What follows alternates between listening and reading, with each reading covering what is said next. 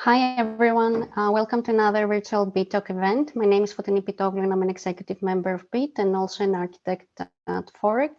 Today with me is Sona Seligman and Jennifer Esposito, executive members of BEAT, along with Betsy Williamson, who is an advisory member of BEAT. I would like to begin by taking a moment to acknowledge that the land we are based on is the traditional territory of many nations, including the Mississaugas of the Credit, the Anishinaabe, the Chippewa, the Haudenosaunee, and the Wendat peoples, and is now home to many diverse First Nations, Inuit, and Métis peoples. We also acknowledge that Toronto is covered by Treaty 13 with the Mississaugas of the Credit. Thank you to everyone for joining us this evening. We're honored tonight to have FORREC host tonight's BEAT Talk. BEAT is continuing to work in collaboration with local architects to provide a platform for promoting equity within the profession through networking and leadership opportunities. BEAT Talks are a series of discussions held at the offices of architects across the city, where hosts share their learned experience. You can sign up for our mailing list on the BEAT website to receive notifications for more details on upcoming virtual events. This talk is being recorded and will be posted on the BEAT social media for those who could not attend. All of the participants' microphones and webcams were turned off upon entry, but you will be able to submit questions at any point during the presentation in the Q&A section at the bottom center of the screen. We will read your questions after FORREC's presentation. Also, the chat box can be used for any immediate troubleshooting assistance.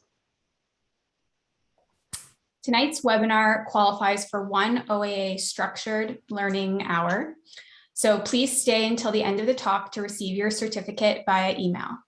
And now I'd like to pass it on to Fotini and Betsy to say a few words about this evening's hosts. For those who are not familiar with the organization, FORREC is an experience design company that creates transformational places. Our creative house leads in the design of theme parks, water parks, mixed use and entertainment developments, resorts and visitor attractions globally, plus award-winning landscape architecture right here in Ontario. FORREC has built projects in 20 countries with a history that spans 30 years. So I'm going to introduce the first three people who are part of our panel tonight. The first is Cindi Rowan. So Cindi has over 20 years experience in sustainable design, leading sustainability initiatives for local and global corporations to protect and restore nature. Her work explores the interaction of built form, public space, streetscapes, and natural systems, creating a framework for meaningful human experience. Leah Jaikaran. At FORREC, Leah provides HR leadership. She completed her Master of Science in Managerial Psychology from the University of Manchester with her dissertation focus on diversity in the Canadian workforce. So we're very happy to have her as part of the presentation today. And then the third person I'm going to introduce is Peter Marshall. An architect by training, Peter leads a dynamic interdisciplinary team of designers, illustrators, and modelers to envision and deliver next generation entertainment ecosystems. And then Fotini will introduce the last couple of people. Amir Maddah is an architect from Iran. He moved to Canada and worked at several firms as a designer. Later on, he transitioned back into interior design, and starting 2018, Amir joined FORREC as an interior designer, and he's currently working on theme parks and water parks. Cord Singh is the architecture studio director. He specializes in third place theory, the space between home and workplace, which led him to publish his first book in 2008, entitled The 1/3 You're Missing, Designing Third Places to Revitalize Downtowns. He's also a very talented artist and exceptional mentor for the studio designers. And he managed to build a collaborative and inclusive work environment within the office. And we're very excited to listen to FORREC's presentation. So I'll turn it over to you, Leah. Thanks so much, Fotini. And thanks everyone for including us today in this BEAT talk. We're very excited to be here. As mentioned, my name is Leah Jaikaran, and I'm the Director of People here at FORREC, working alongside our team to develop our DEI strategy with the goal of really building on FORREC's already established inclusive work environment. So I'll be taking you through some of that strategy today, and then I'll be turning it over to my colleagues who will discuss their personal journeys that led them to FORREC, as well as take you through their particular process.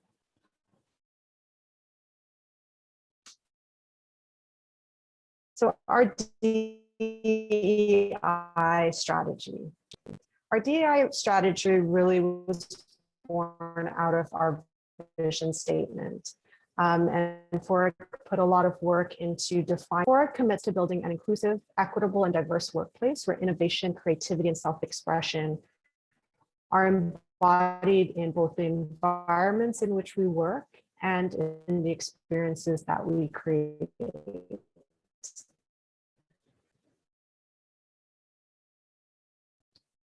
And from that vision statement, we then defined what is our DEI commitment to our team. And one is that FORREC will foster a workplace that really celebrates and promotes diversity, equity, and inclusion across all gender identities, gender expression, physical and mental disabilities, ages, marital status, family status, and sexual orientations. FORREC's diversity and equity inclusion strategy really aims to create positive policies, best practices, and infrastructure specific to the hiring, promoting, and retaining of designated groups. And we will then take the necessary steps to understand our workforce, designated groups at our organization, while working to eliminate barriers within our workplace. So how are we going to meet that commitment? And we have 4 steps that we've put together that we're working through. The first is to conduct our DEI workforce analysis and look at our overall population and define who we are. Then we would take that information and we've put together what's called our workforce analysis and our system review report. And that looked at where are our gaps and our barriers. Then how will we close the gaps? And that's where the design and implementation of our DEI action plan came from. And then finally, with all strategies, we want to look at our year past and evaluate the DEI plan and establish where are we now. So as part of that workforce analysis, the first step that we took at FORREC was to design and implement a self-identifying workforce survey. And that really looked at FORREC's demographics and diversity perspectives of our team. We are also reviewing our people infrastructure and practices, again, specific to the hiring, promoting, and retaining of designated groups at FORREC. From that survey, we put together our workforce analysis and our system review report. And this was a document of our findings, identifying any gaps that we found. That then led us to define what our short and long-term numerical goals were and how we were going to go about closing those gaps.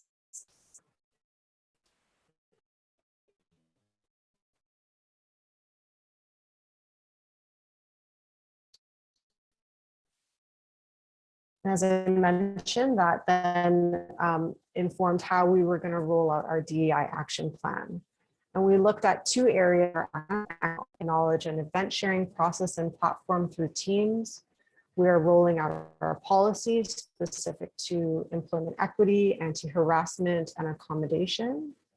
And our leadership team is going through a pretty extensive leadership DEI training session with an external consultant, where we've actually done a deep dive in our survey data.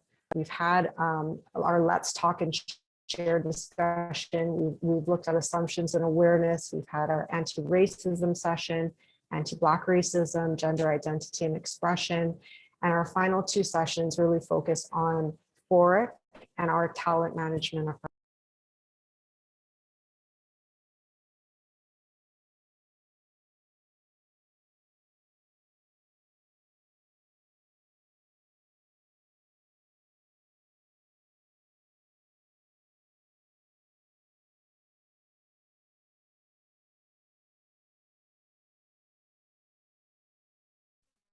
We've conducted targeted recruitment focused on designated groups. We've participated at architectural and design events focused on designated groups. And we're in the process right now of revising our careers page and our messaging strategy. And as I mentioned, our kind of final step with our year is to resurvey our workforce upon the completion of year one and each subsequent year thereafter, and create a workforce analysis and system review. And so now I'll turn it over to my colleague, Peter, who is one of our creative directors, to share his story. Thanks, Leah. I've lost your share screen. I'm not sure if that's the case with everybody else. Oh, let me. You kind of blacked out there for a second. The screen went. Oh went, no. Okay. Blank for a second. Okay. I'm gonna.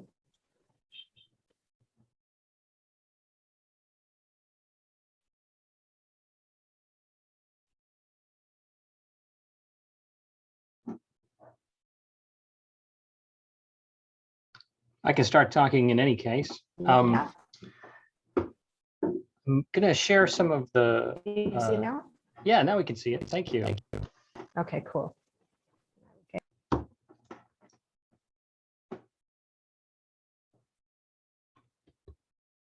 I've come from the East Coast, and you know, without a lot of connections into the School of Architecture. I'm an architect by training, and went to high school out in the East Coast. And when I applied to the University of Waterloo, I couldn't come to the interview process, so I had to sort of build up my portfolio and find other ways to express who I was to the team. I guess it worked out okay because I got in somehow. But you know, there was a lot of work went into it, and that's true through the course of my education as well. It took me 10 years to finish my 2 degrees. This is my thesis presentation, and along the way, you know, failed second year, and during the thesis year, you know, in terms of preparation, we've got the preparation of the portfolio to get in, but also they suggested you kind of present your project halfway through the school year, and then, you know, build up towards representing it. And kind of for the first time ever, I took the advice of my professors and actually did that. And yeah, so kind of always be prepared and be working on your presentations to people. I've practiced my presentation today quite a few times previously and again today in order to be able to speak more clearly than I normally would. Next slide.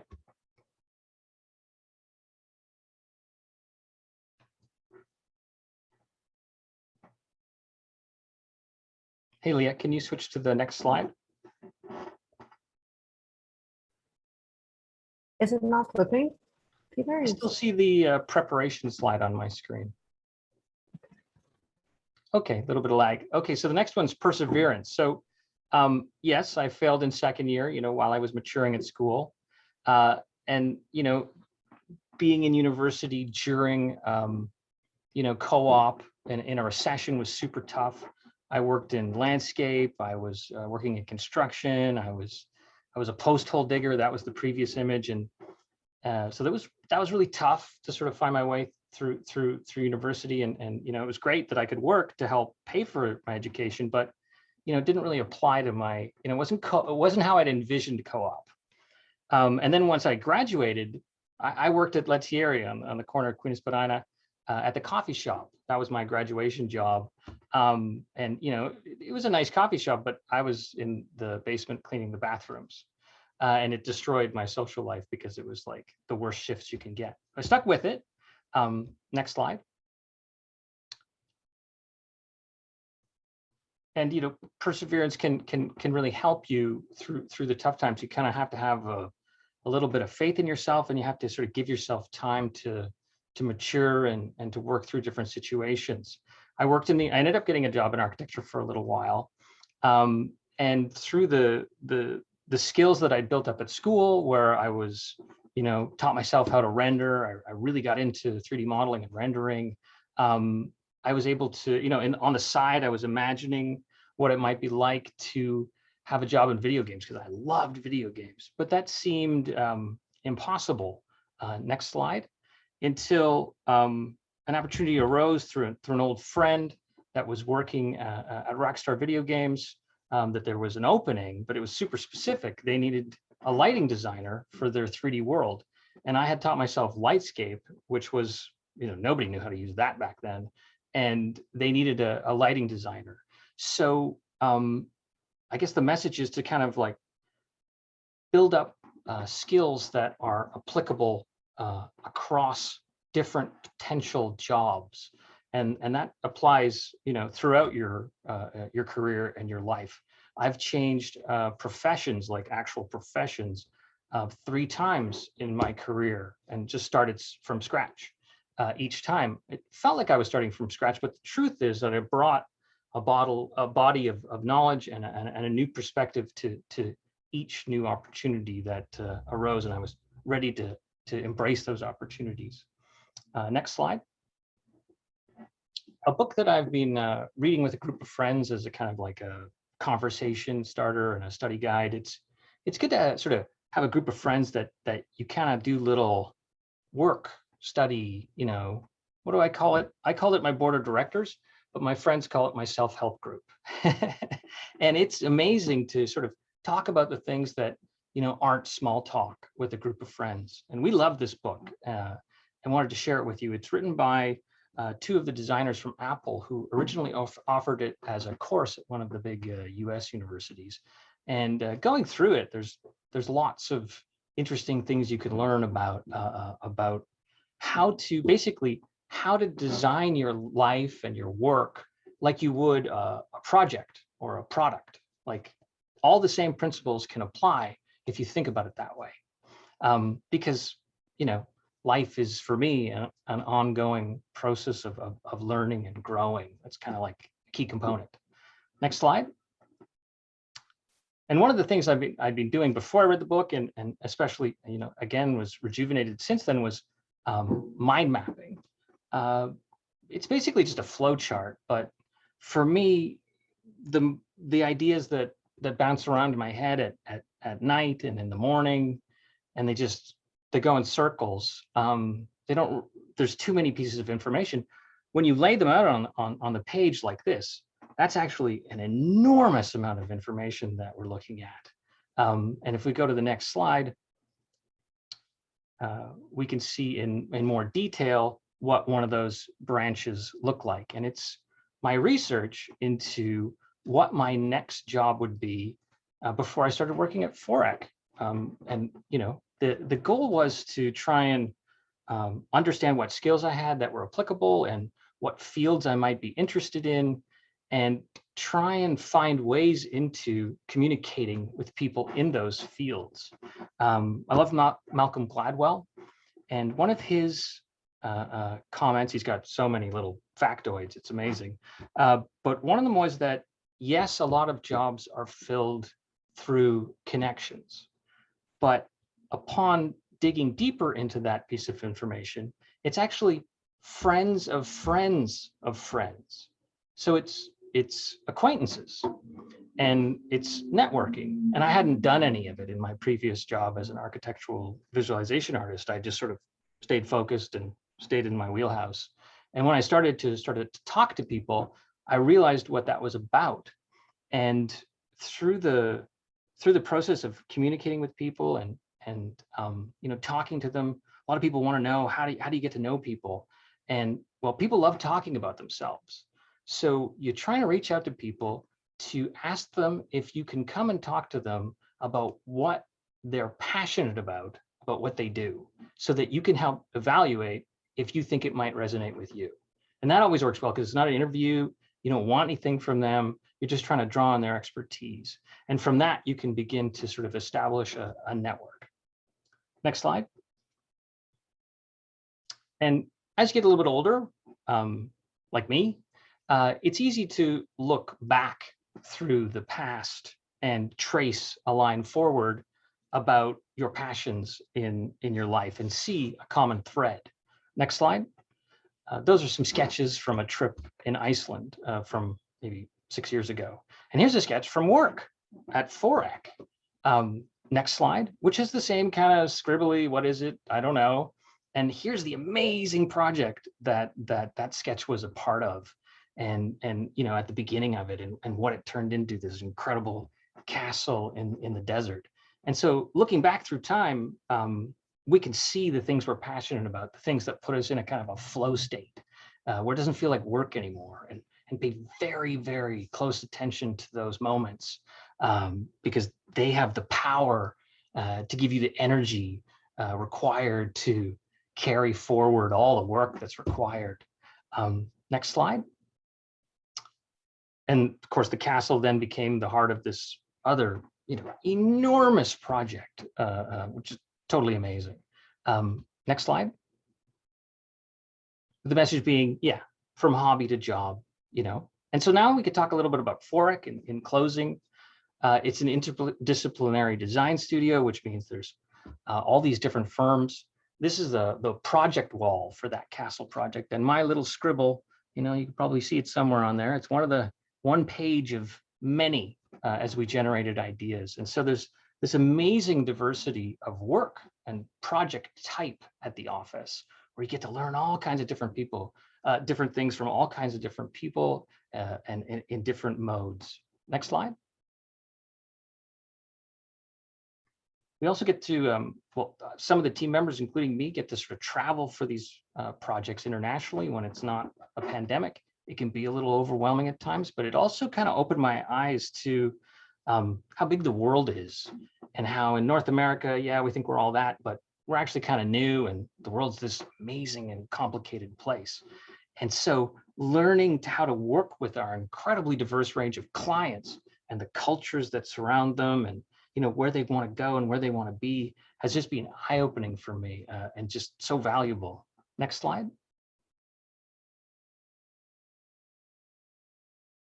And then in closing, the diversity of people at the office, a diversity of experiences, age, race, gender, skill set, history. It's just been amazing to be able to interact with all the different people at the office, and find different models for behavior, and different mentors, which has been crucial for me as you know, it's an ongoing learning process for me. So thanks very much for your time. And I can give you my email at the end. I'd be happy to continue the conversation. Thanks very much. Thanks, Peter. And now I'll turn it over to Amir, who's one of our interior designers.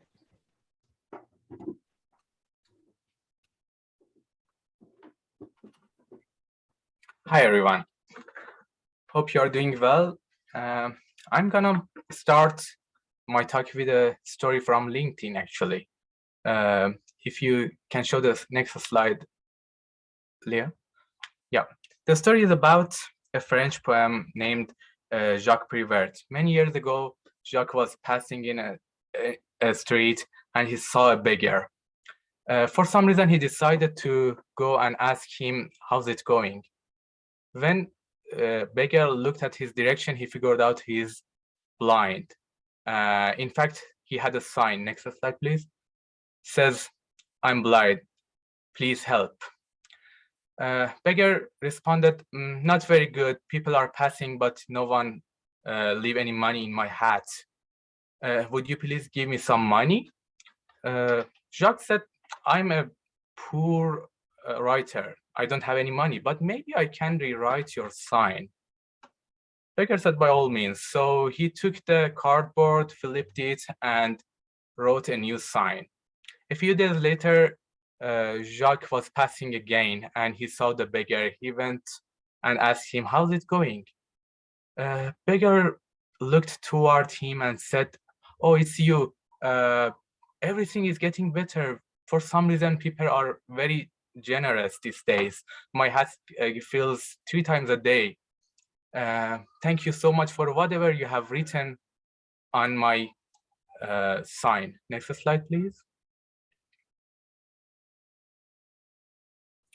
And what Jacques has written on his sign was, next slide, please.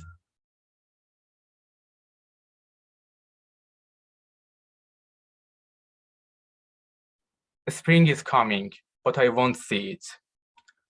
In fact, he changed the sign to a story. And this illustrates the way that the power of storytelling. Next slide, please.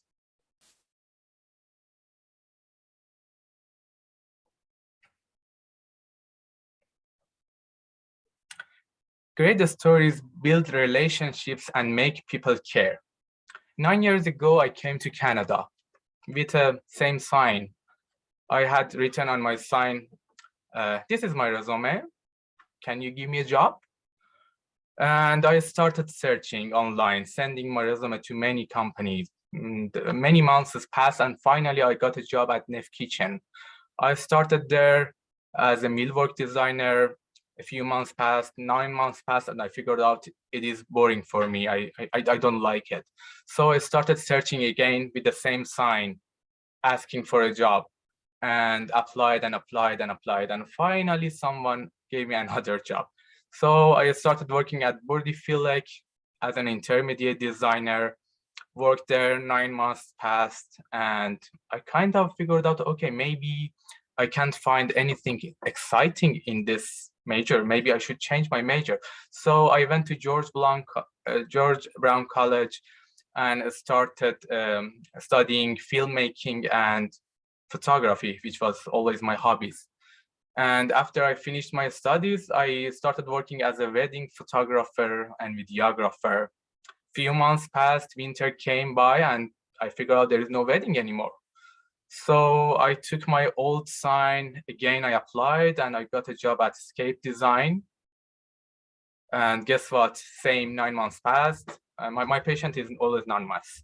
So 9 months passed, and I got tired again. But this time, I kind of figured out something is wrong in the way of finding job. So I decided to rewrite my story. I kind of went through my interests and whatever things that I am passionate about. Next slide, please.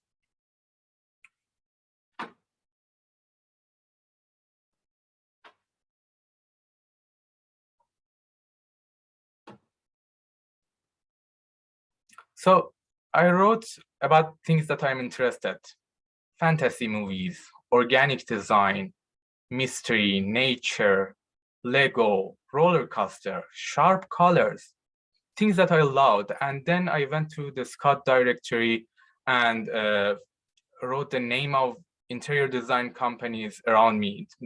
The list was about 100 companies. I went through their website one by one. I checked their mission statements, look at their projects, and I ended up with 2 names that were closer to my interests, but unfortunately they didn't have any job posting at that point. One day I was passing a corridor of our building that I was working in, and I passed in front of FORREC actually.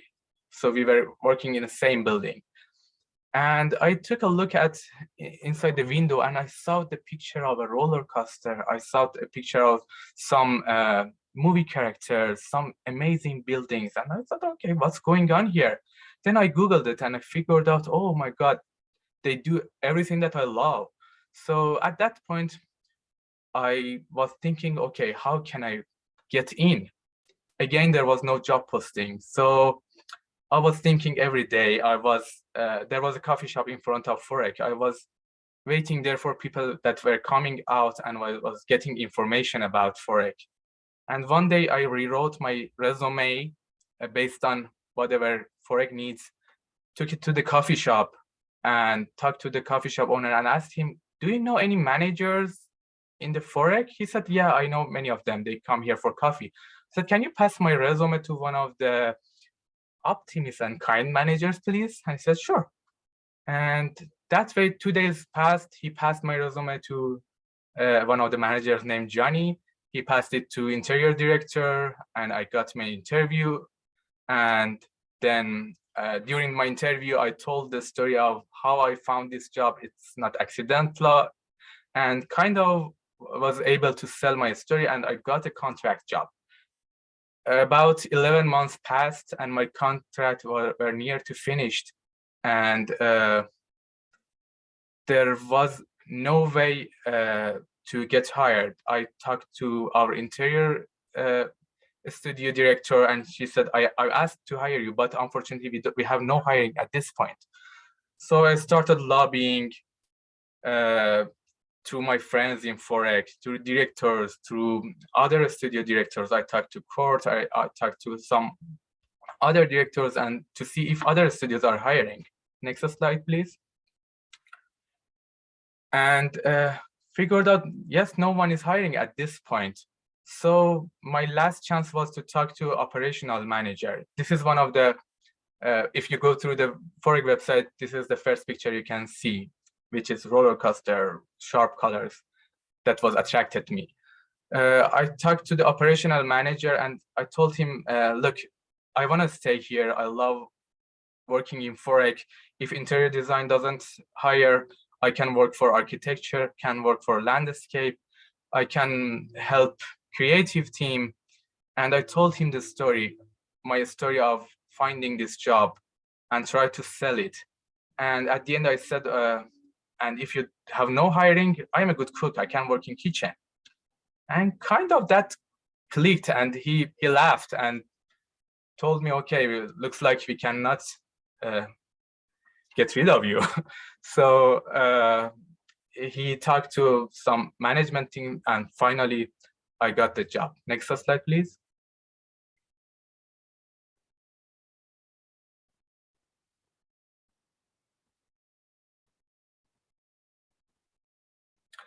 You can see some of the projects in FORREC, like many of us love them, same as me. I was passionate about fantasy. You can see them, mystery, nature, sharp colors, Lego, and everything that I loved, it was here.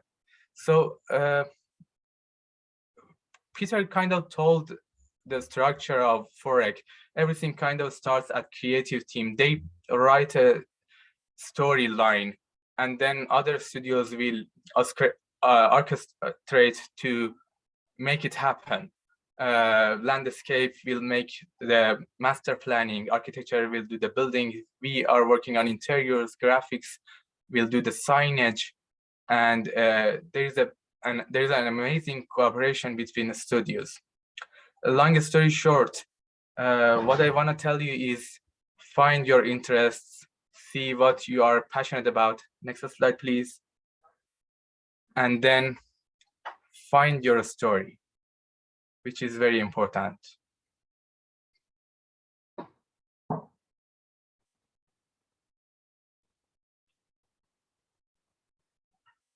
Next slide, please, Leah. Yep, this is the last. Find your story, dramatize your story, and then sell your story. Thank you very much. Thanks very much, Amir. And now I'll turn it over to Court, who is our studio director of architecture. Hey everybody, glad to be here. I will say that Amir is a very talented designer, so it was not a problem for us to lobby for him. He is well deserved, and we're glad that he's part of our team. But I guess that's the natural segue. You know, I throw up my my CV up there, and I'm sure that that's probably a question that pops up for many of you who are interested in FORREC. And I think what I'd like to do is just take a little moment here and just kind of talk through, you know, the journey and the fact that not everyone who joins FORREC has a traditional background. And as Amir had said, having that diversity, having a wealth of experiences, it really lends itself to how you kind of design and work with people like Peter and of course Cindi and Amir and Fattini. So let's jump into it. I think we've already touched upon our diverse backgrounds, our career experiences, but maybe I'll tell you a little bit of a story about how I got to being the director of architecture. So Leah, I'm gonna let you just be a pace car. I think I'm just gonna run with it. Hopefully that's okay.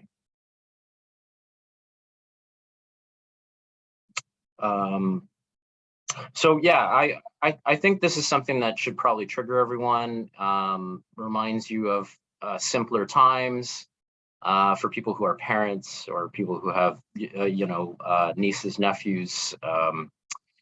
The playground is something that I think is a reoccurring theme at FORREC. It lends itself as per the introduction from Betsy's and Fatini, is that my theories from an urban sociologist, Ray Oldenburg, is about third places. Third places are places that are social levelers. And the playground is definitely that. It is an equal ground. You like think back, it was the time when you were excited for adventure. You were excited to see that friend that you might see. You were interested in meeting new friends. And it was really just about being in the moment and having fun, just being immersed in something. And that's always been a big part of the work that you'll see as kind of pushing forward with design. And I think if we really boil it down, a playground is something that is open and inviting to as many different people as possible, different generations. We're talking about different cultures, gender identities, socioeconomics. So, it is kind of that playing field that I think a lot of us are looking for.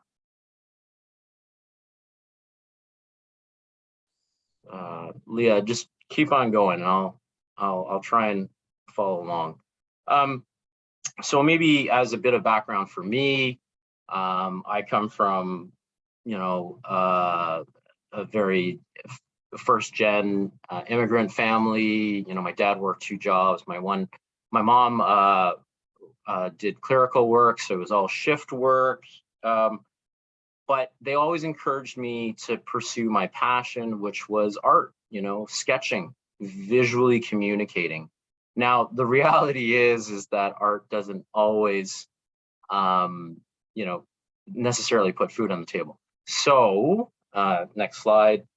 When it came to the opportunity to kind of become part of the workforce, it became clear that the realities of art and economics were going to be very different. So my father actually worked in a 4-color process screen printing company. He managed to get me an interview with the big boss. I ended up working on the workshop floor, and it was all kind of an understanding that you got to put in some time to kind of build your skills, and at the same time learn how to work as a team. So when it came time to kind of invest in an education, I was able to kind of leverage all that education and pursued architecture over engineering. Probably the best decision that I've made. Decided to kind of, you can see this is in Rome, explore the world, understand how different cultures perceive space and quality of design, frankly.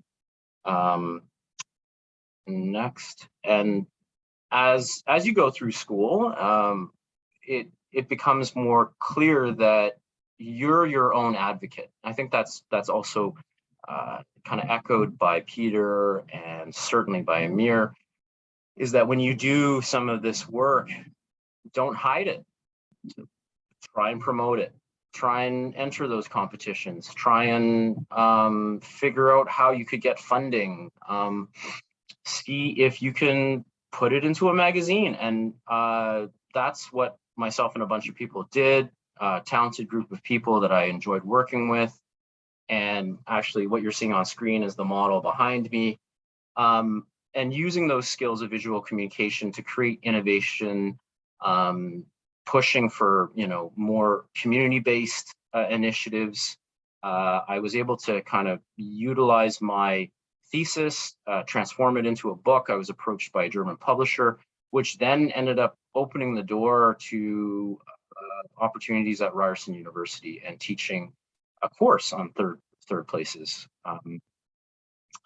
So, you know, all these sort of experiences kind of add up, but I am thankful for my time at Waterloo, and I think Diane Shunk might actually be on this session, and she was responsible for helping me get my first job at Bartlett and Associates. So I think it's all about getting a variety of experiences and understanding different types of scale, the finer tuning of interior design, and then the yes, thank you, Diane. And then the ultra scale of urban planning. And I got the travel bug. I went and lived in Spanish Harlem right after 9/11, worked for KPF in New York, and realized that there's a lot of design ambition in the world.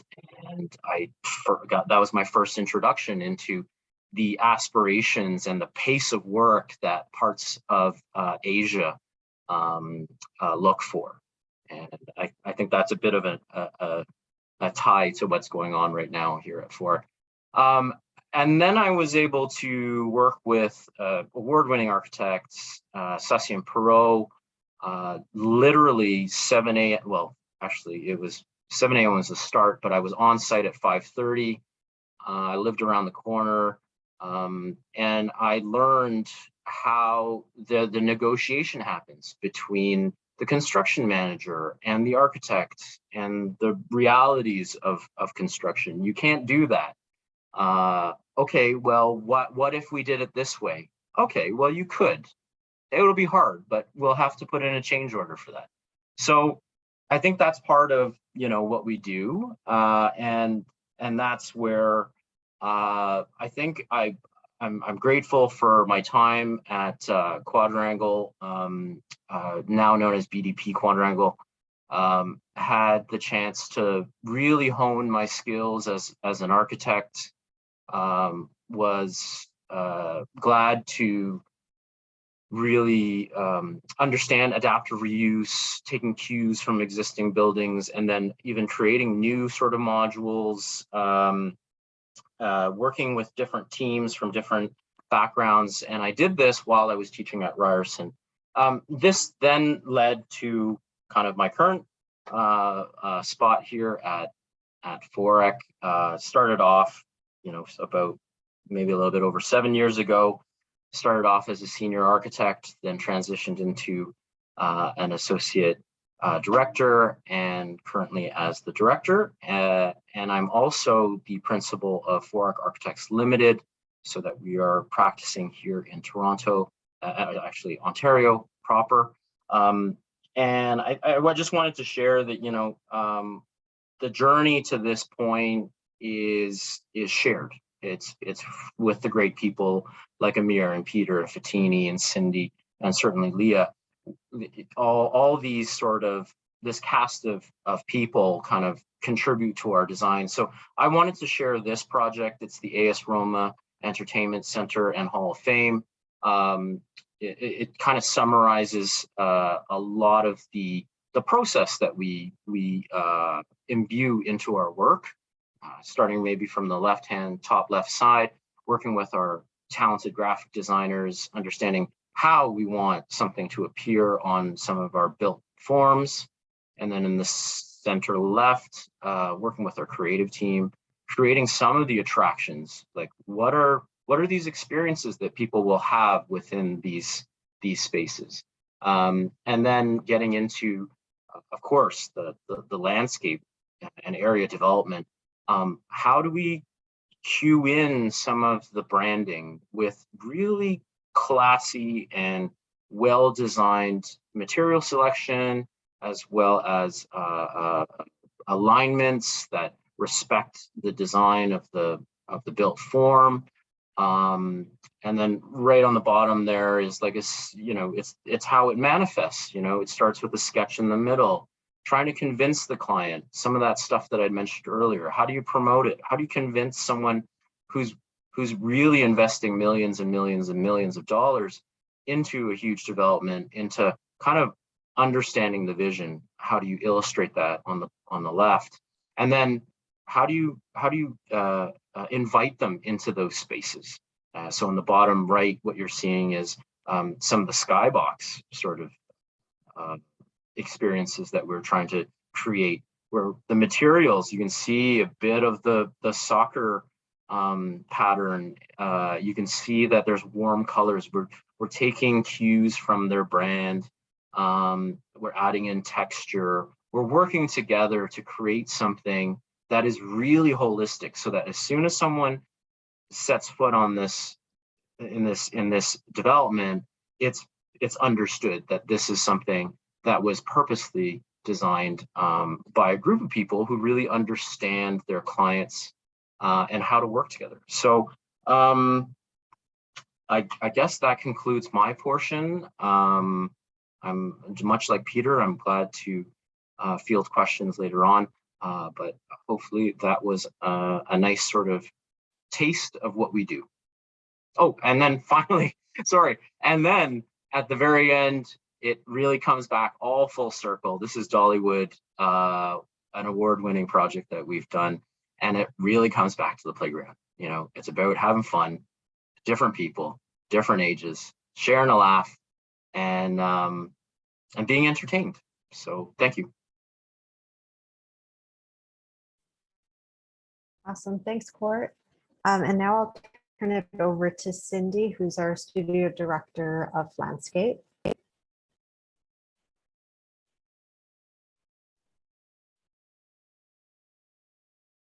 Hi, everyone. Thanks very much for the opportunity to speak to you today. I'm going to go ahead and share my screen here.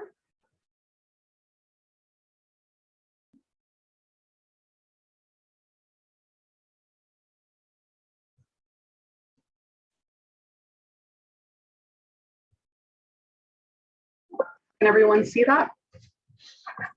I can see it, Cindi. Okay, perfect. Yeah. So my story is about how you can have a very diverse kind of background, diverse upbringing, diverse education, diverse work history, and still find ways through good self-promotion, focusing on the quality of your work, networking, as Court and Peter were talking about, and really following your passion, as Amir described, and work that into success. I was born to a very large family in Charleston, West Virginia. I'm American. I've lived in Canada for 10 years. I'm very close to getting my citizenship, thankfully. And this was a very large, extended family, had lived in the area since the 1700s. My mom was a single mom raising me because my dad was at that time in Vietnam.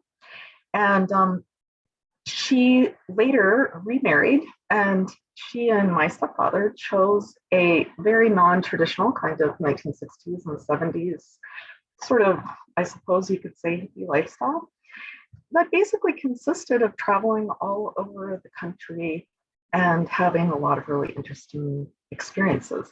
I was from a family of a long line of career women, going back to my great grandmother, which is kind of unusual.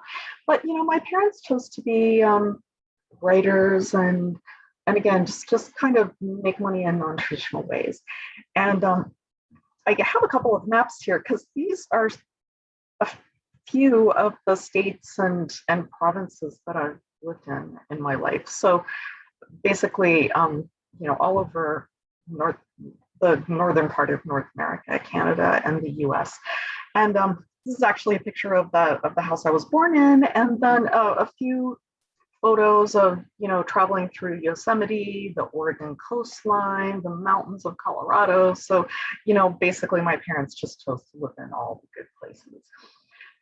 As a result of this, I was one of those kind of unschooled kids. I actually went to 22 different schools. My dad and I sat and added it up once, including some alternative schools, not actually including homeschooling, although that did happen. I missed about 5 years of school along the way, just because You know, we maybe lived in the middle of nowhere in the woods and it wasn't convenient.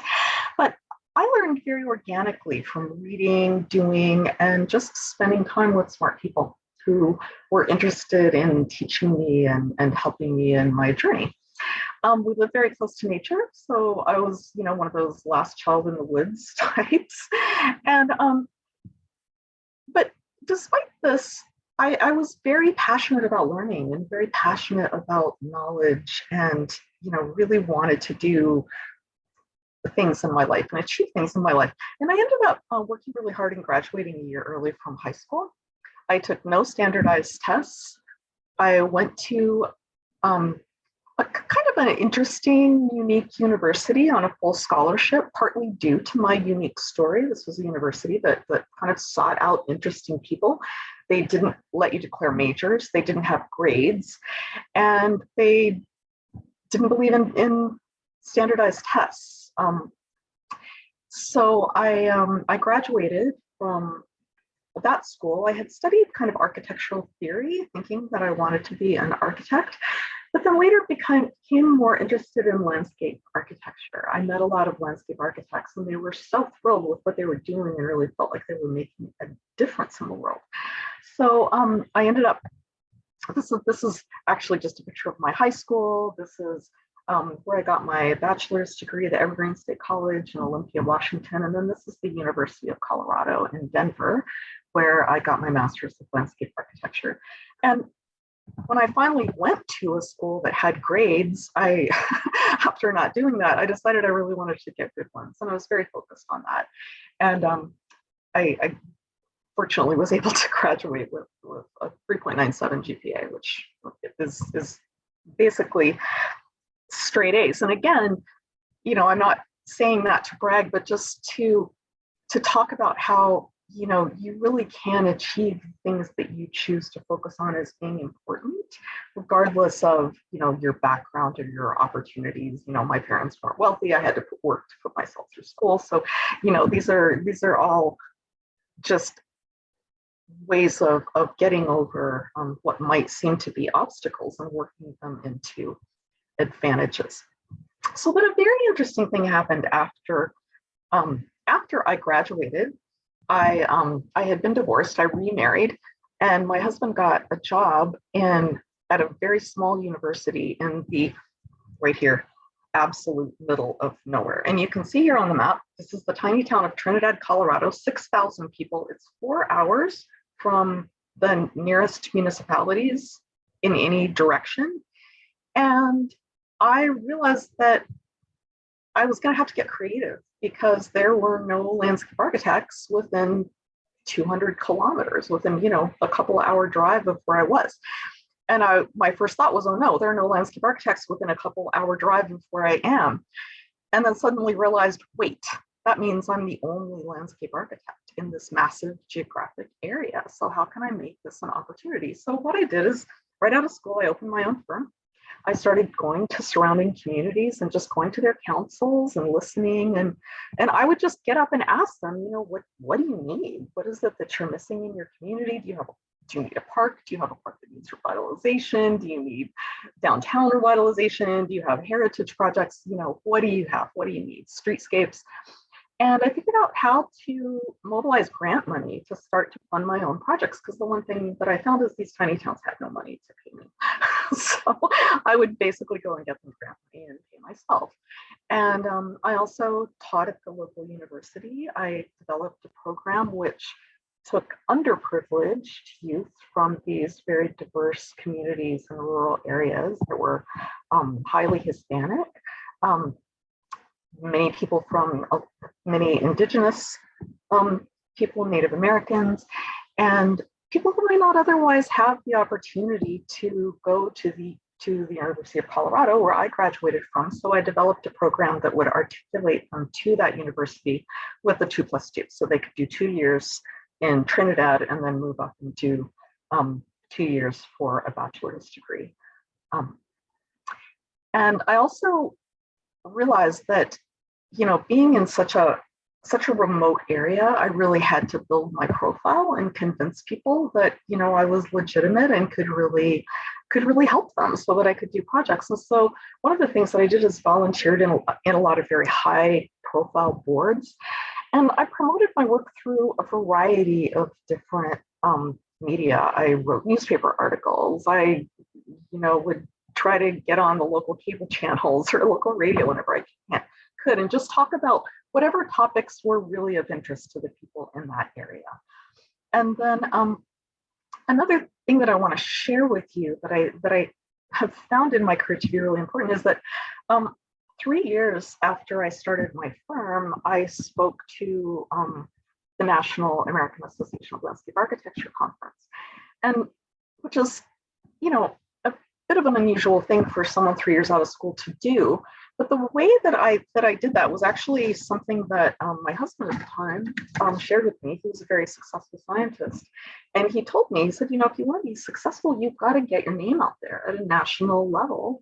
And I said, well, I'm just basically a junior running my own company because you moved us here. So how do I do that? And it was really interesting what he told me. And I want to share it with all of you because I think it's really valuable. He said, all you have to do is write a half-page brief to get accepted into any conference. Just find a topic that's really of interest to your profession. And I said, well, I can do that, but I'm not an expert in anything. So, I can write a brief, but, he said, yes, but you have to realize that when you get that talk accepted, you usually have 6 months to a year before you actually have to give it. And that's plenty of time to become an expert.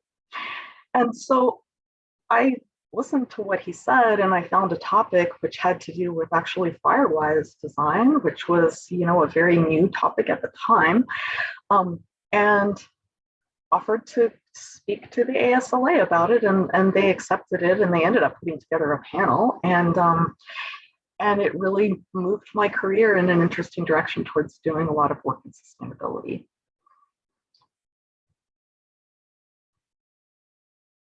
So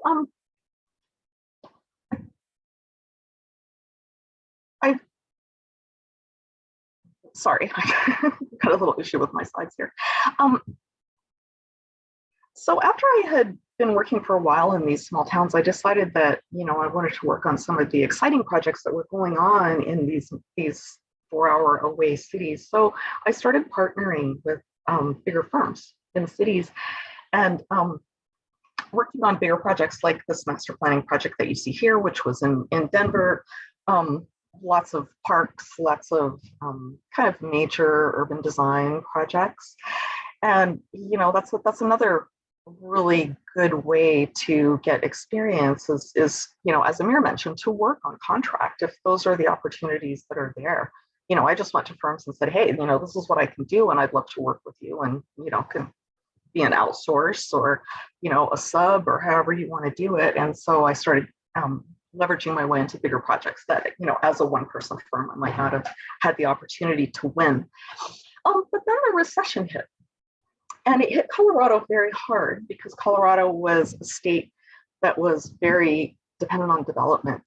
And so I found myself after a couple of years in, I was able to sustain for longer than some of my colleagues because I had my own company. But, a couple of years in, found myself with not much to do. And through just networking, managed to get connected with a Canadian company. And what I was doing was helping them write proposals.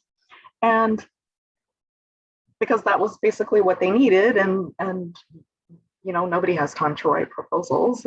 So we ended up winning a proposal for doing work on Parliament Hill, and they brought me up to do a master plan for the Canadian National Capital, which I found really interesting given that, as an American, I, had not spent any time in Ontario, and, certainly had not done any work quite of that magnitude before. I'd done a lot of major civic projects, but not a national capital.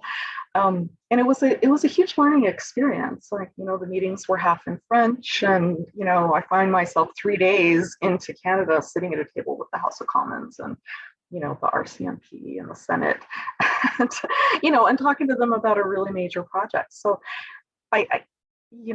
again, I'm sharing that because this, kind of unusual background that you're hearing about one of the things that it helped me learn was just the idea of adaptability. Going to 20 different schools means that you have to figure out what works in the setting that you are, because you're always the new kid.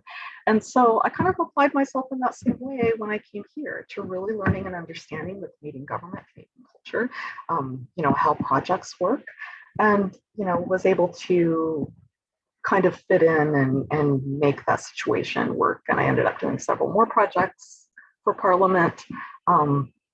I was actually working on contract for Landing, the first company that I worked for here.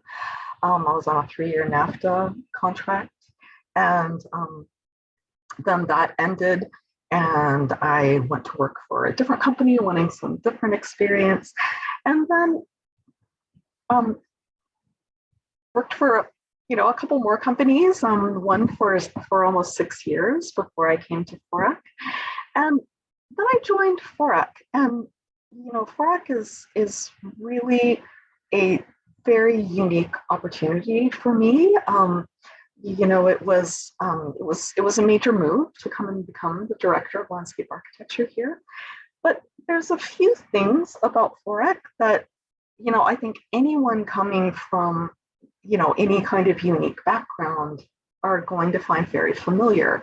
FORREC develops projects based on their unique stories, the unique stories of place, the unique stories of the people who are going to use those places.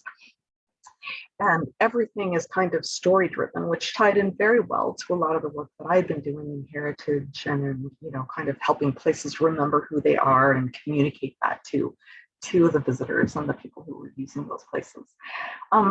We have a highly diverse and talented and creative team, and we work together in this kind of studio model where it's very interdisciplinary. We're all collaborating.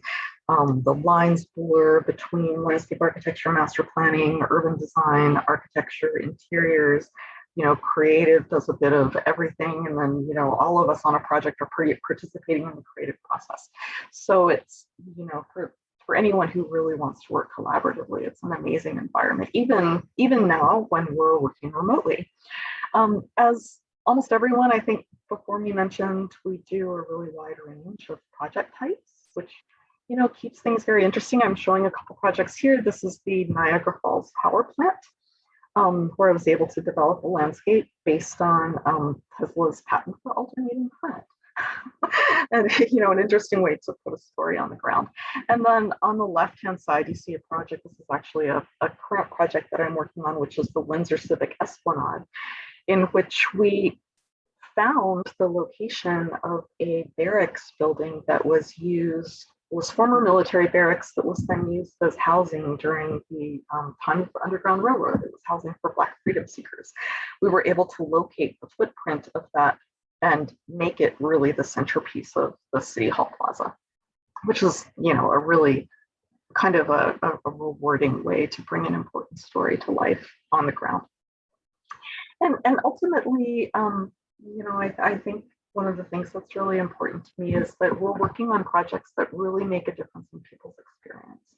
And when you make a difference in people's experience, whether it's a project for entertainment or a civic project or urban design, place where people live, place where people work, you're ultimately making a really meaningful difference in people's lives. And that's what really gets me up and brings me to work every day.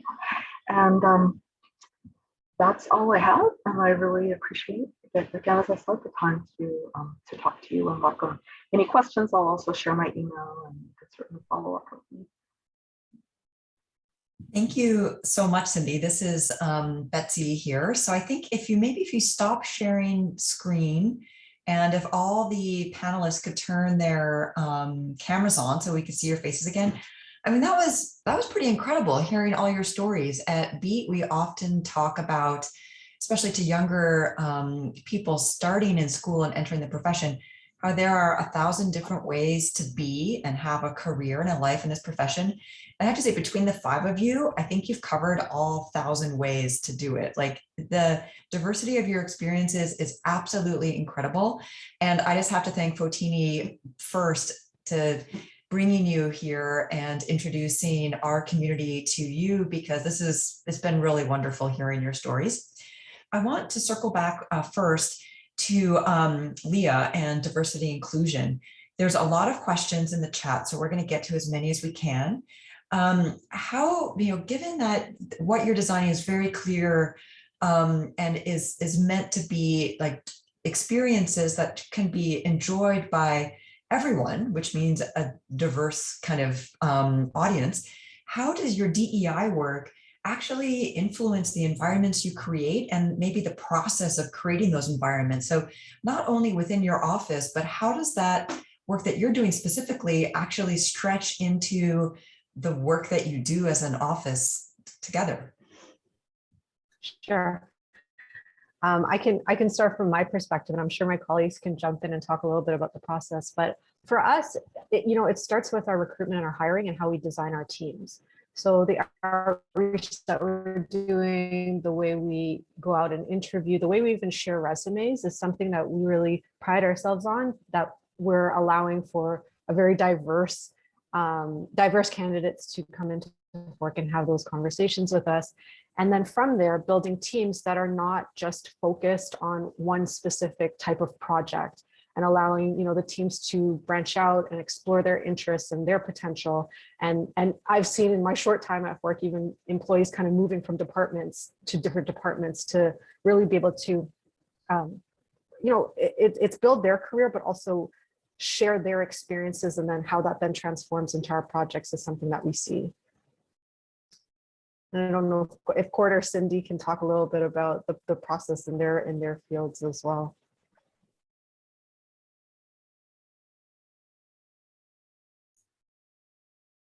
Cindi, did you want to take a crack at it, or do you want me to take it?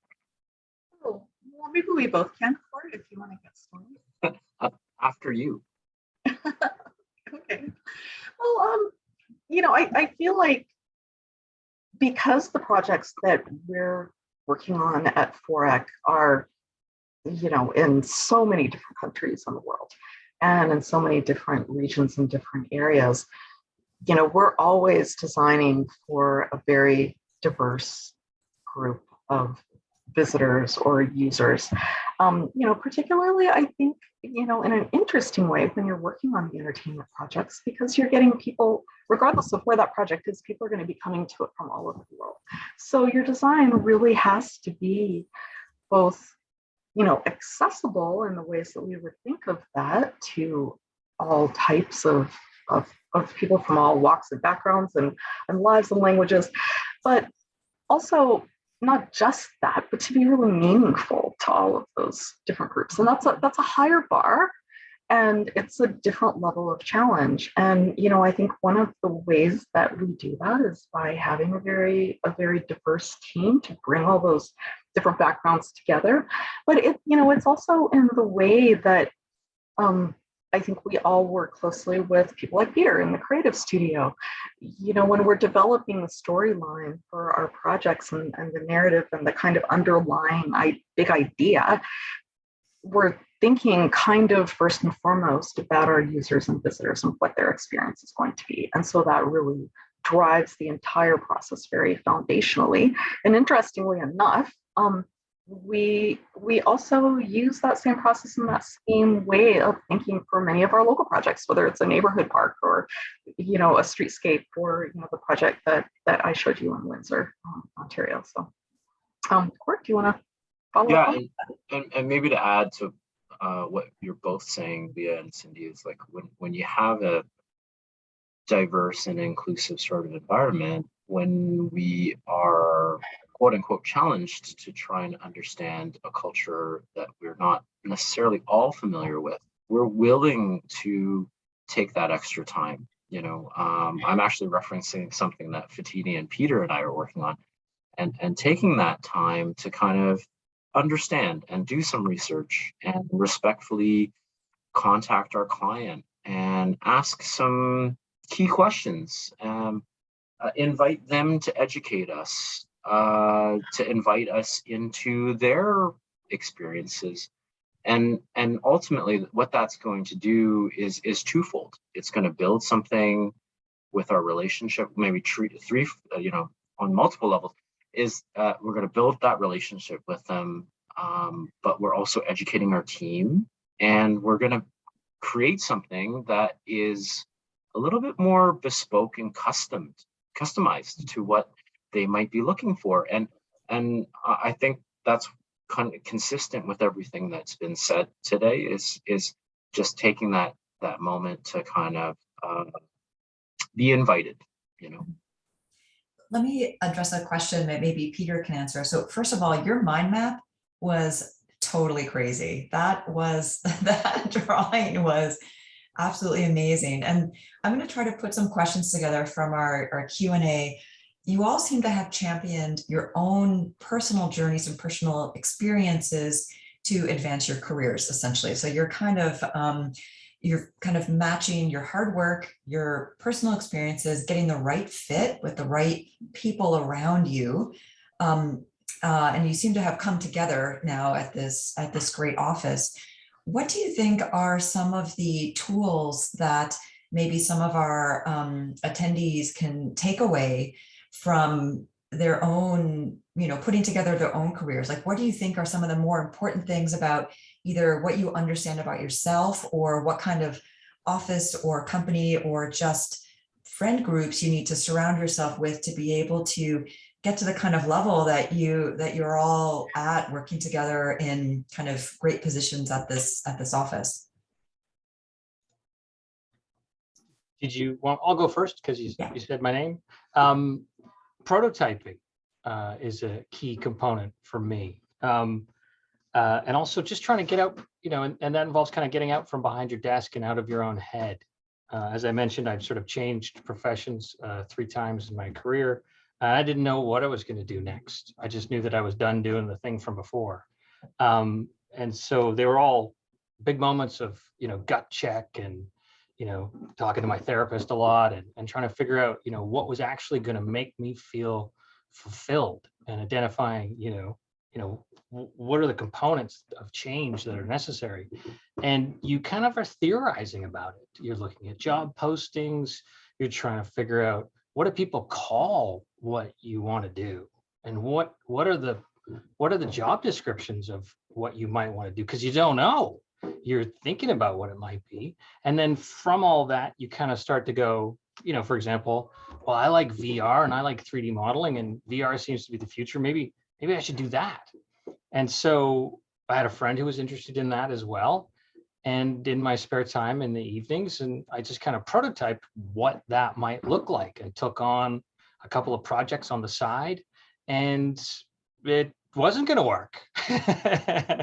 And so, you kind of have to, I found that I was spending a lot of time just working on my resume, polishing up the wordsmithing, and sending it out in the email like Amir. And when in reality, you kind of got to get super specific and get out there and see what's out there, and then opportunities arise that you weren't predicting, right? And that you wouldn't have discovered if you hadn't gotten out there and found a way to prototype and test and communicate with people. So that would be my advice. Just extend yourself out into the world. Jennifer, do you want to jump in with the next question? Sure. So you guys have all shared your diverse journeys, which have led you to where you're at right now. So thank you so much for your time tonight. I'm wondering if you can talk a little bit about the role mentorship has played in this journey, or the role mentorship plays at FORREC. This is an important topic for us at BEAD, and inclusion, in addition to inclusion and diversity.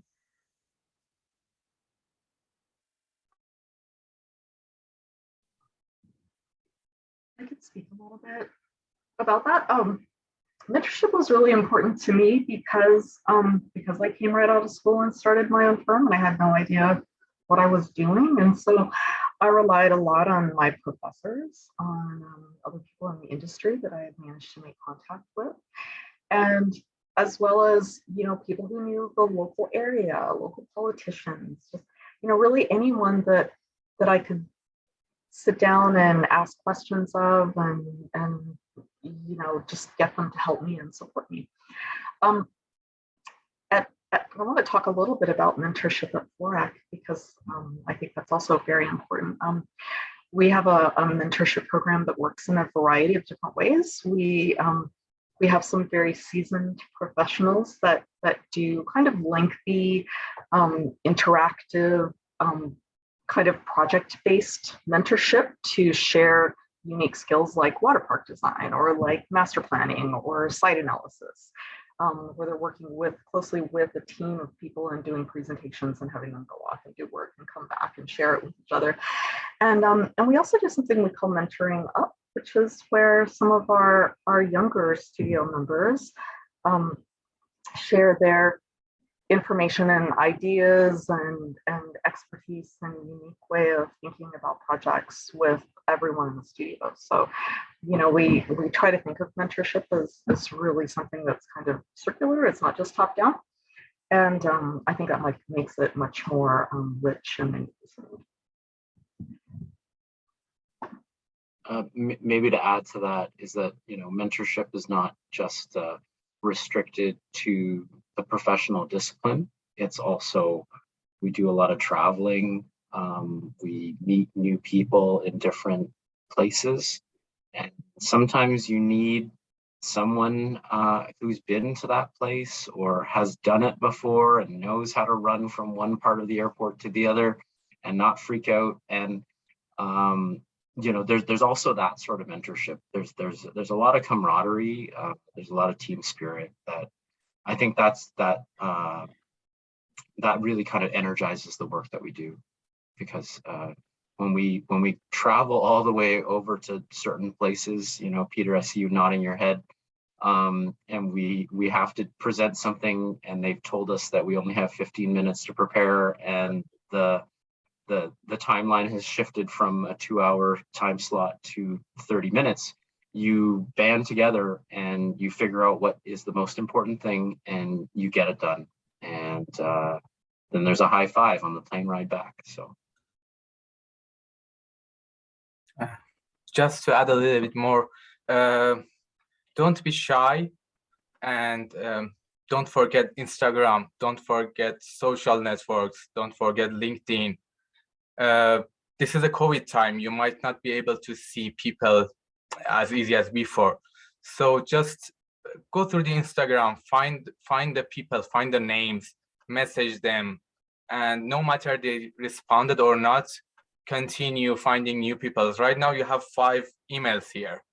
Those emails are precious. Just don't be shy and ask.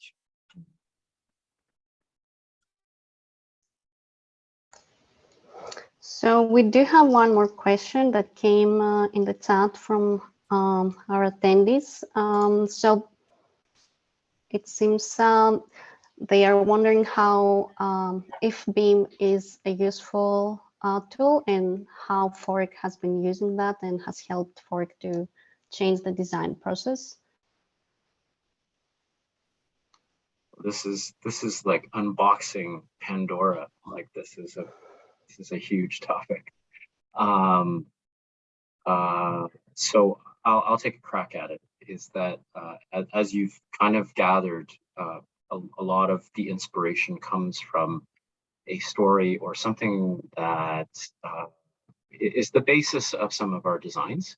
And sometimes that is something that is not kind of concurrent with building information management, you know? It can't be a CAD plan. It can't be a Revit model. So how do we get there? It is tapping into your skill sets, working with hand sketching. It's maybe writing.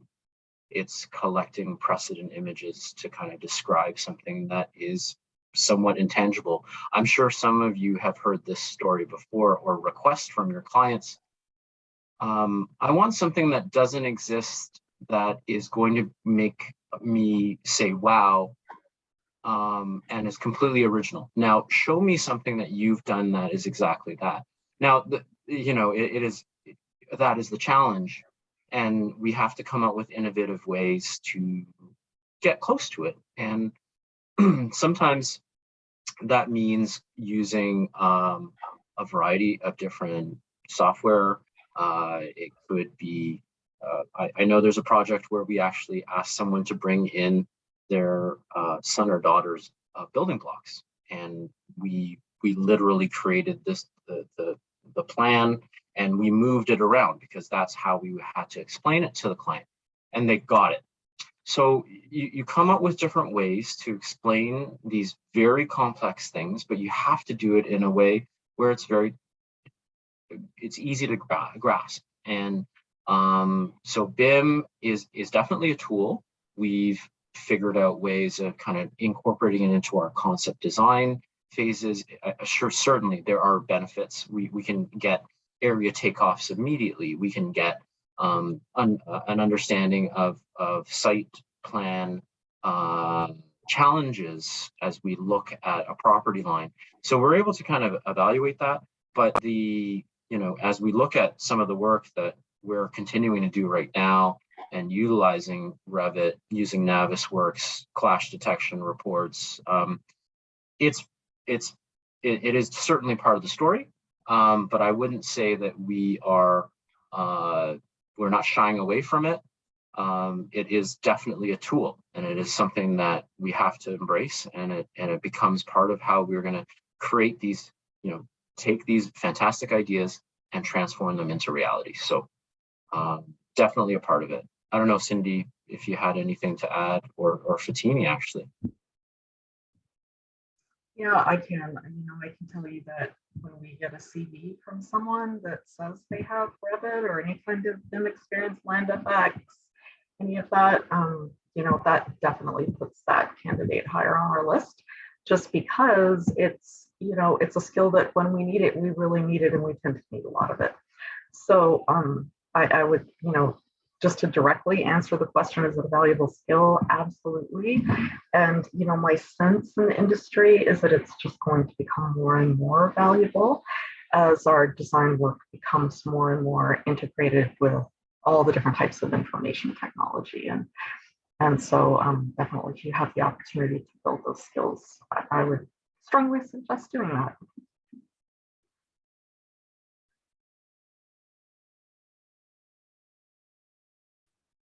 Fatini, did you want to share anything on that part?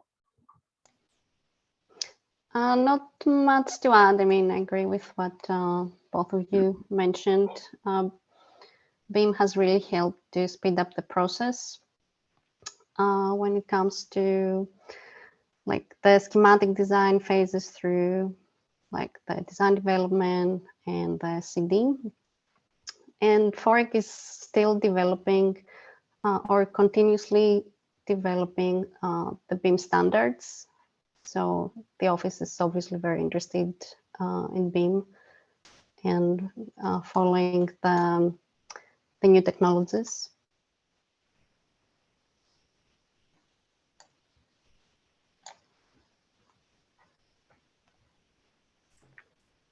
Well, we're just about out of time. So on behalf of BEAT, we'd like to thank you all for joining us and participating in tonight's event. A special thank you to Cindi, Leah, Peter, Amir, and Court for giving this talk and connecting everyone virtually.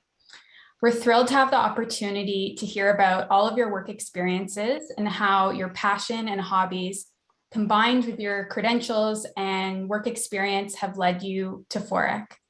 The progress that you've made at FORREC towards a more diverse and inclusive workplace through your DEI initiative is really inspiring. So to everyone in attendance, you'll receive the Con Ed certificate by email for attending tonight.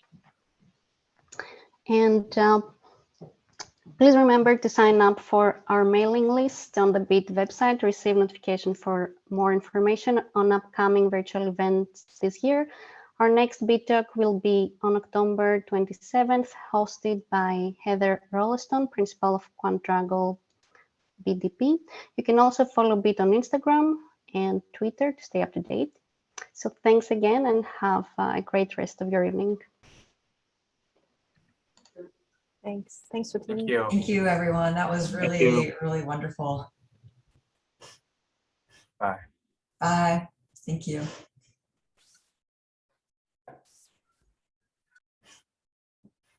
It's great.